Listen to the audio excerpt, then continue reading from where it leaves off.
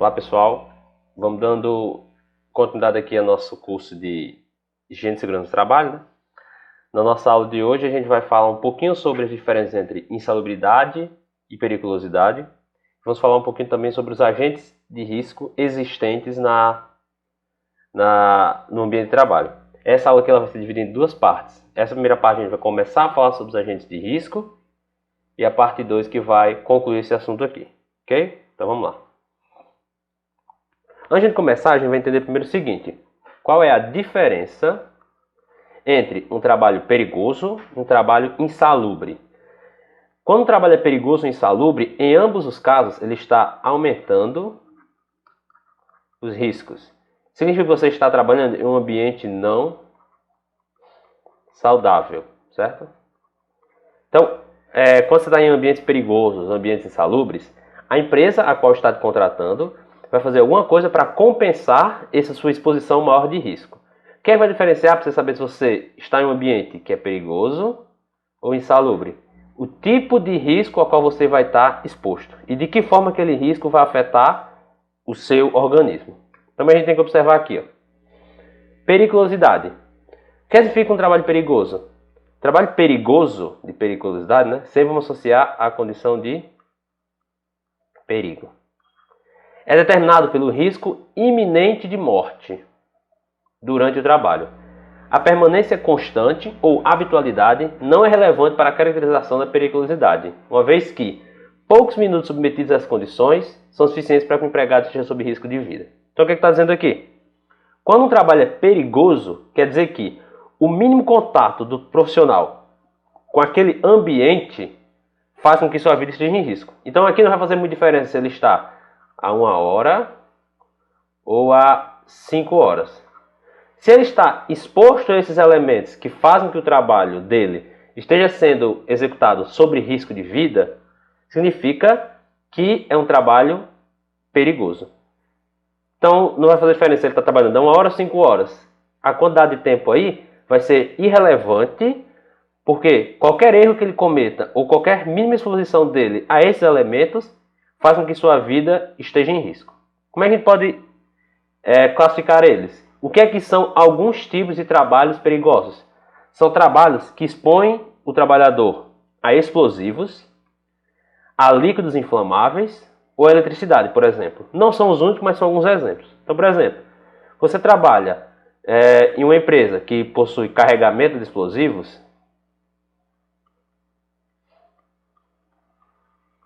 Se você fica exposto àquele ambiente 1 hora, caso haja uma falha durante aquele período, muito provavelmente você vai estar sob um risco muito alto de morrer. Mas se você trabalha 5 horas, esse perigo vai ser o mesmo. Ele vai ficar variando um pouquinho pela sua permanência naquele ambiente, mas aqui ele está mais ligado com o risco iminente de morte quando você está naquele trabalho. Então isso é um trabalho perigoso. E o que é um trabalho insalubre? É aquele que está sendo realizado em condições que expõem o trabalhador a agentes nocivos, a gente vai ver quais são esses agentes, acima dos limites de sua tolerância, seja pela natureza, intensidade ou tempo de exposição. O que está dizendo isso aqui? Você trabalha num ambiente com barulho, existe uma norma que ela determina quais os decibéis máximos que o trabalhador tem que ser exposto no ambiente de trabalho. Acima desse valor, faz com que aquele ambiente já se torne mais nocivo. Então aquele ambiente deixa de ser um ambiente saudável e vira um ambiente insalubre. Ou você está trabalhando num ambiente com exposição a gases, ou temperatura. A norma regula qual a temperatura máxima você pode trabalhar, por quanto tempo você está exposto àquilo. Quando essas condições passam o que a norma recomenda como tolerância, aí aquele ambiente se torna um ambiente insalubre. Então, periculosidade está ligado com o iminente risco de morte, e insalubridade está ligado com elementos nocivos à saúde acima de um limite de tolerância. Então a gente pode caracterizar aqui: ambientes insalubres são ambientes onde o profissional está exposto a ruídos excessivos, agentes químicos, agentes biológicos. Como é que seria isso aqui? Um agente químico podia ser um gás, agente biológico pode ser um vírus. Então tudo isso aí são elementos que torna o ambiente insalubre. Aqui desse quadro comparativo vai mostrar para a gente como é que vamos observar ambientes insalubres com ambientes perigosos. Então vamos lá. O ambiente insalubre afeta a saúde do trabalhador, enquanto o ambiente perigoso ele oferece risco de vida ao trabalhador. No ambiente insalubre, a gente desenvolve atividades ou possui atividades envolvidas em ambientes prejudiciais à saúde. Enquanto perigoso, você está em ambientes que representam risco de morte ao trabalhador. Então, exemplos de cada um deles. Você trabalha em um ambiente com agentes físicos, como por exemplo, excesso de ruído ou excesso de vibração, você está no ambiente insalubre. Se você trabalha em ambientes com explosivos ou inflamáveis, perigoso. Agentes químicos, como tipos de gases e vapores nocivos, insalubre. Ambientes com possibilidade de roubo, então você trabalha na área de segurança, violência física ou com motocicletas, aquele ambiente vira um ambiente perigoso. Trabalho com exposição a agentes biológicos, insalubre. Trabalhos com eletricidade ou radiação ionizante, perigoso. A insalubridade ela é definida na NR15. A gente vai estudar ainda uma aula só sobre as NRs. Enquanto a periculosidade, NR16. Aí o que é que acontece? Para compensar o seu trabalho nesses ambientes, as normas elas recomendam um pagamento adicional do salário para compensar esse ambiente em que você está. Então, na insalubridade, você vai ganhar 40%, 20% ou 10% sobre o salário mínimo, de acordo com o nível de insalubridade, se ele é um nível alto, médio ou baixo. Enquanto na periculosidade, você vai receber 30% sobre o salário base da sua profissão. Ou seja, quando você está trabalhando num ambiente exposto a essas características, você tem o direito de receber mais para compensar esse seu risco excessivo. Então a gente pode caracterizar eles aqui, ó. Esses conceitos eles não são cumulativos, ou seja, se você estiver trabalhando num ambiente que é perigoso e insalubre, você vai receber um adicional de maior valor e não somado. Esses adicionais eles não são de produtividade ou comissão. O que quer dizer? Você não vai receber mais ou menos do que uma pessoa que esteja na mesma condição de você. Nesse tipo de adicional, qualquer trabalhador que esteja exposto e submetido a essas condições vai receber esses adicionais, independente da sua produtividade ou comissão. Só o fato de você se expor a isso já te dá o direito de receber esse adicional. Receber isso, pessoal, é pior do que trabalhar em um ambiente saudável. Porque você é uma forma de, entre aspas, você está vendendo sua saúde. Ao invés de você estar trabalhando no ambiente saudável, você vai trabalhar no ambiente não saudável com a recompensa de ganhar mais por isso, que são esses adicionais. E os adicionais, como eu falei, eles devem ser pagos a todos os funcionários, independente do seu tipo, todos aqueles que estejam expostos a isso. Então, qualquer pessoa que trabalhe com eletricidade ganha 30% sobre o seu salário base. Pronto. Então a gente falou aqui da periculosidade e da insalubridade e associou esses elementos aos agentes de risco. Quais são os agentes de risco? Os agentes de risco, pessoal, são os causadores das doenças ou patógenos ou fatores que perturbam o ser humano diretamente em suas funções vitais produzindo a doença. Então, agente de risco é algum elemento que vai causar a doença ou vai perturbar o funcionamento vital de uma pessoa. Os agentes de risco eles estão associados aos riscos ocupacionais, que são condições inerentes ao ambiente de trabalho ou aos processos de trabalho e que podem ser causas de acidentes ou doenças ocupacionais. Então, como eu falei nas outras aulas, cada ambiente vai ter o seu risco associado. Então, um laboratório tem um risco. Uma oficina tem um risco. Uma sala de aula tem um risco. Um escritório tem um risco. Uma mina de carvão tem um risco. Cada risco desse aqui, você tem como avaliá-lo, lá da aula 2. Você tem como avaliá-lo, quantificá-lo, qualificá-lo e trabalhar em ações para mitigá-los. Então, esses são os riscos ocupacionais.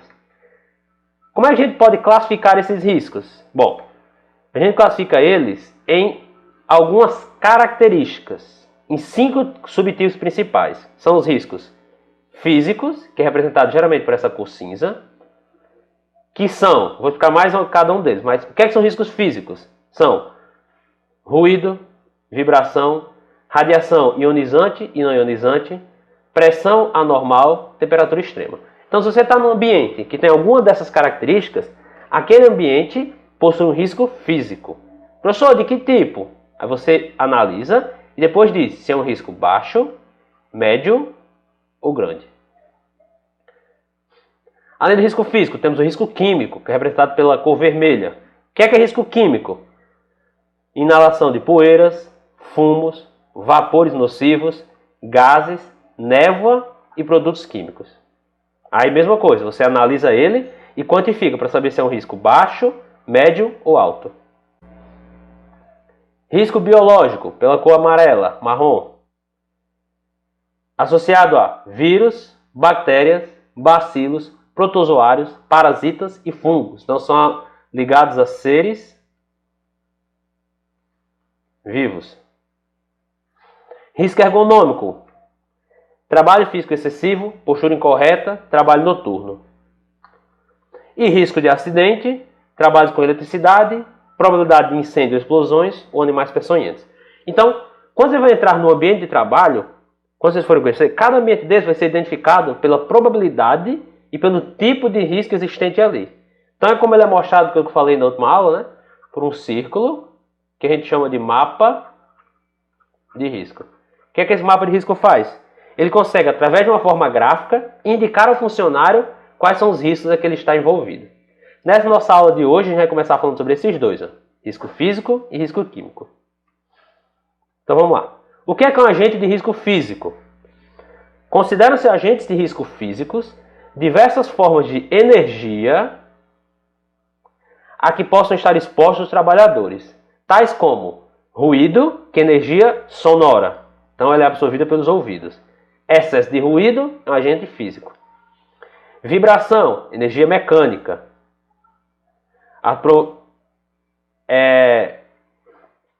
Influenciado e absorvido pelo corpo pelos ouvidos, mãos e braços. Temperatura extrema, na verdade, é uma energia térmica. Então ela é absorvida pela pele, pelas mãos e pelos pés. Radiação ionizante e não ionizante, então energia eletromagnética, é absorvido pela pele, pelo olho e pela boca. E pressões anormais absorvidas pelos ouvidos. Então, cada agente físico desse, ou seja, cada tipo de energia dessa, está influenciada em um risco no trabalho que você está executando. Então, sei lá, você está trabalhando em uma obra.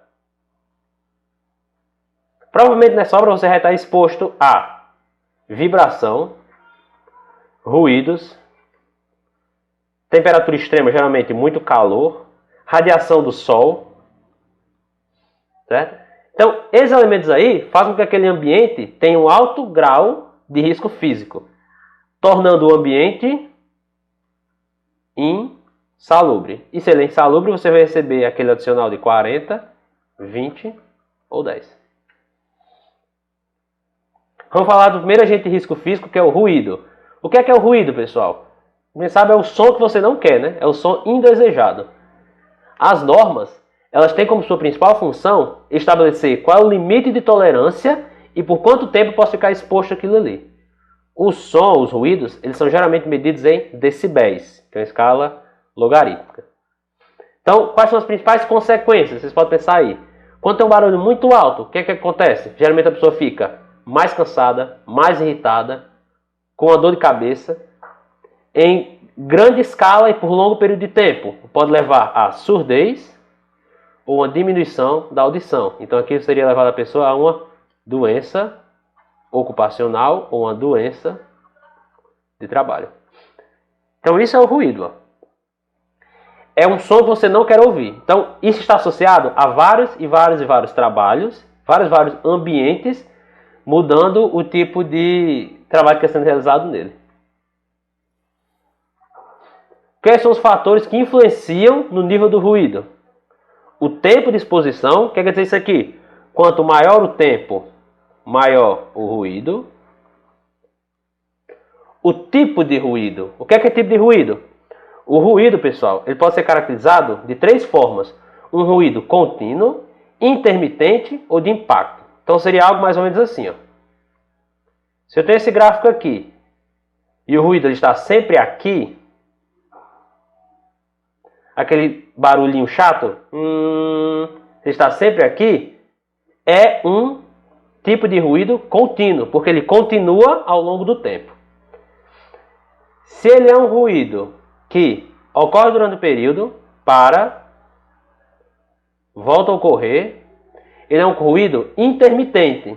Então ele começa, então dá um barulho, passa um tempo em silêncio, outro barulho, então esse é um tipo de ruído intermitente.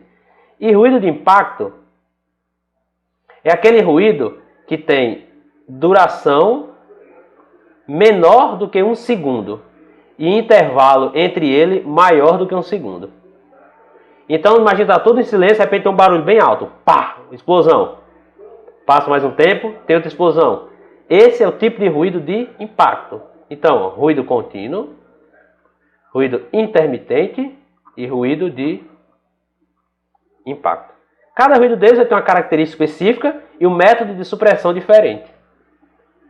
A distância também influencia, né? Quanto mais perto da fonte do ruído, maior vai ser esse ruído. E a intensidade, né? A altura desse som, o nível em decibéis desse som, faz com que os danos no corpo sejam maiores. Então tá aqui, ó. Ambientes que vão apresentar altos riscos, altos níveis de ruído. Então nesse trabalho aqui, ó, esse cara está trabalhando. Aqui ele está sendo exposto à vibração, mas também ao ruído, pelo barulho disso aqui. Como ele está trabalhando aqui, a tendência é que isso aqui seja um barulho contínuo, porque ele está sempre trabalhando aquilo ali. Ou intermitente, se ele parar esse exercício para descansar. Aqui é outro tipo de barulho, ó. Ele está trabalhando aqui nessa oficina, o ruído aqui pode ser contínuo ou intermitente. Quer que você observar aqui, nesses dois ambientes que ele está trabalhando com esse ruído, em ambos ele está usando isso aqui, ó.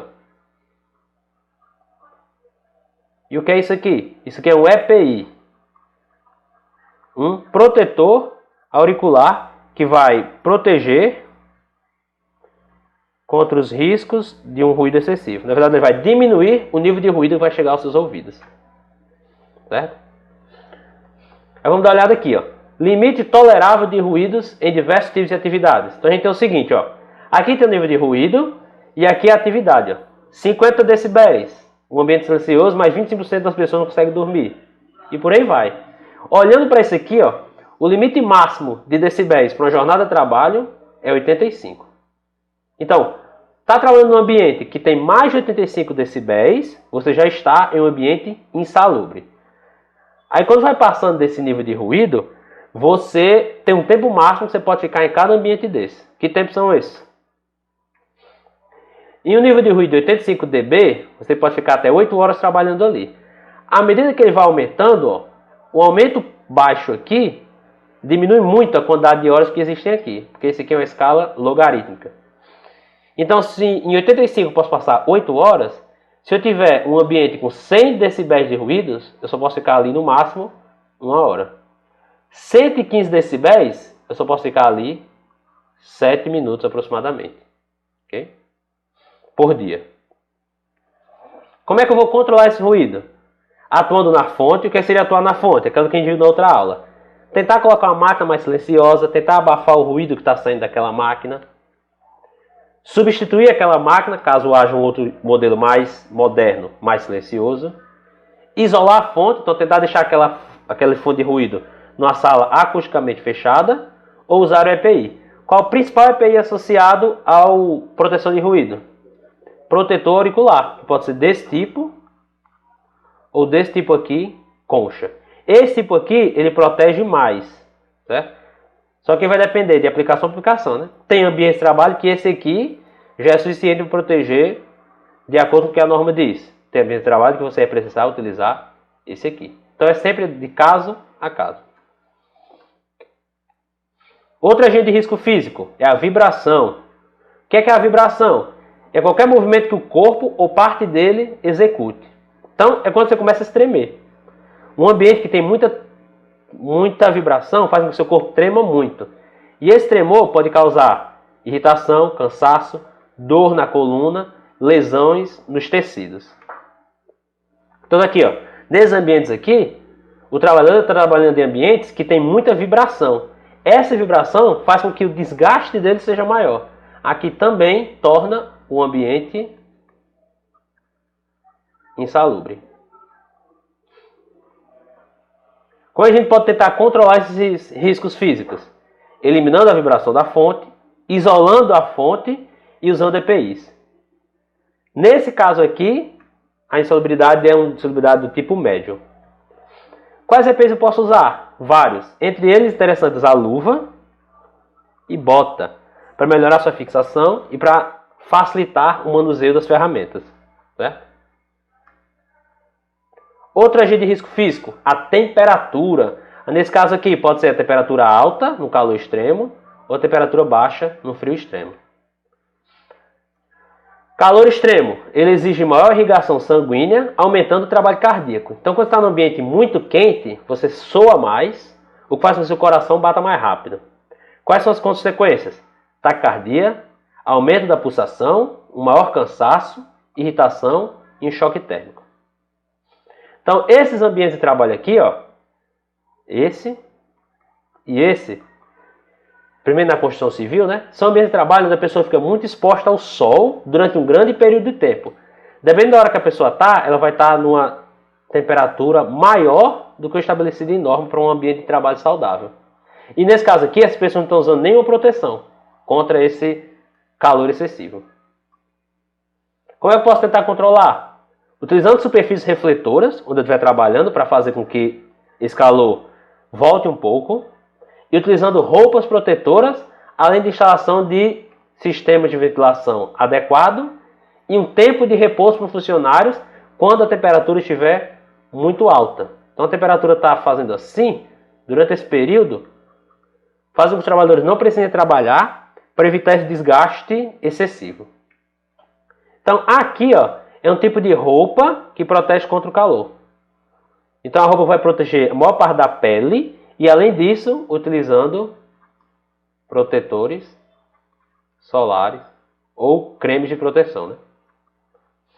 Que a pele sofre muito nesses ambientes com o calor excessivo. E quando você está no contrário, um ambiente com frio excessivo, nesses ambientes você vai exigir um maior esforço muscular, acelerando a fadiga. Você se cansa mais rápido porque você tem que se esforçar mais para fazer atividade, porque está num ambiente muito frio. Quais são as consequências? Doenças no aparelho respiratórios, queimaduras pelo frio e fenômenos vasculares periféricos. Como é que você vai se proteger? Ambientes que têm temperatura muito baixa, teve você trabalhar em frigoríficos. Aí você tem que usar roupas protetoras, geralmente esse gorro para proteger a face, luvas, roupas para proteger os membros superiores e inferiores de um frio excessivo. Então tudo isso aqui são EPIs que têm que ser fornecidos de forma gratuita. Outro agente de risco físico, a radiação, que pode ser ionizante e não ionizante. A ionizante é a que tem capacidade de alterar as células a nível molecular. Então seriam raio-x, raios alfa, raios gama. Elas causam essas alterações celulares e, em grande exposição, pode causar câncer, fadiga, problemas visuais. Então aqui é muito para quem trabalha em laboratórios médicos, né? Operador de raio-x, operação de máquinas específicas. E a radiação não ionizante é a radiação que não consegue alterar células a nível molecular, que seria basicamente a radiação solar. O que é que ela pode causar? Queimadura e lesão dos olhos. Então, nesse caso aqui, você pode usar muitos cremes e gels protetores contra as radiações não ionizantes. E na radiação ionizante, você geralmente utiliza barreiras e medidores que conseguem indicar se aquela pessoa está sendo exposta a um nível mais alto do que o necessário, mais alto do que o recomendado segundo as normas.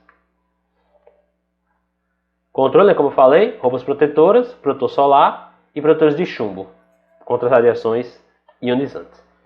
Pronto. Outro tipo de agente que existe é o agente de risco químico. O que é o agente de risco químico? São todas as substâncias puras, compostas ou produtos que possam entrar em contato com o organismo através da via respiratória. Então, são agentes que você pode respirá-los. Via cutânea, ou seja, pode entrar em contato com você pela pele. Via digestiva, pode entrar em contato com você pela boca. Eles são classificados como gases, vapores ou aerodispersóides. Então, gases, vapores é algum líquido que foi transformado em vapor devido à temperatura. E aerodispersóides são pequenas partículas que ficam dispersas no ar, como ele está dizendo aqui. Poeira, fumo e névoa. Então você pode trabalhar no ambiente que tenha calcário, que tenha o carvão. Esse elemento aqui, pode ser triturado e as partículas finas dele ficam no ar e você pode fazer com que você as respire. A principal forma de você se proteger sobre isso aqui é a utilização de máscaras. Certo? Então tá aqui, os agentes de risco químico. Aqui nós temos o tipo de risco químico, ó, poeiras minerais, sílica e carvão, poeiras vegetais, algodão e bagaço de cana, poeiras alcalinas, calcários, fumos metálicos, névoas, gases e vapores. E aqui as consequências. Ó. Alguns tipos de doença como silicose e pneumoconiose, bicinose e bacassose, doença pulmonar obstrutiva crônica e enfisema pulmonares, que seriam bolhas, doença pulmonar obstrutiva crônica e intoxicação, irritação das vias aéreas superiores, que seriam o nariz, dor de cabeça e danos aos órgãos. Então esses riscos aqui são riscos mais silenciosos, porque às vezes você não consegue ver a partícula. Quando você percebe, você já a inalou, se você não estiver utilizando os EPIs adequados, que na maioria das vezes são a utilização de máscaras. Ou máscara normal ou máscaras com filtros. Então, como é que você vai controlar os agentes de risco químico?